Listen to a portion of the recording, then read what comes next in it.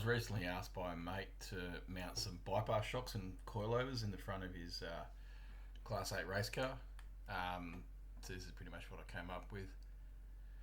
All the parts, I'm just designing them as I go, they're just one-off parts, so I'm just making cardboard templates and cutting them out with a plasma and just, drilling holes and what have you like that, No computers involved, just all analog sort of stuff, they're one-off things, it's not worth actually investing the time of drawing them up and what have you like that, and I've got a pretty good skill set when it comes to angle grinders and things, so a bit of a funny pick, that one, but yeah, so it's just about applying good sort of chassis building sort of basics to it. A lot of people get it wrong, but whatever works. It's just what I came up with, so it's pretty beefy, and being a race car, it's sort of gotta be. But yeah, my process is pretty much just looking at it, cutting bits of cardboard and tacking things in place, cycling the suspension, seeing how it works, this, that and the other.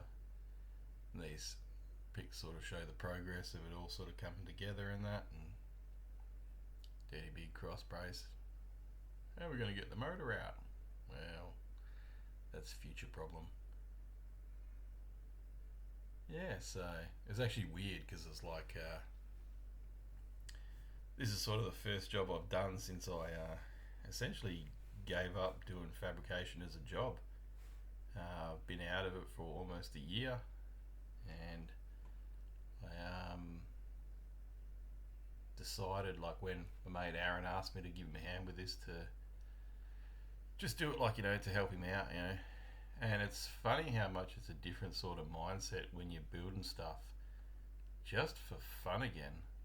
Like there's no sort of financial bottom line attached to it. You're doing it because you think it's fun, and you're helping mates, and you're bringing your skill set to the party for a joined effort sort of thing, and it is a very, very different mindset when you're building things for a financial bottom line versus just building them for fun and helping a mate.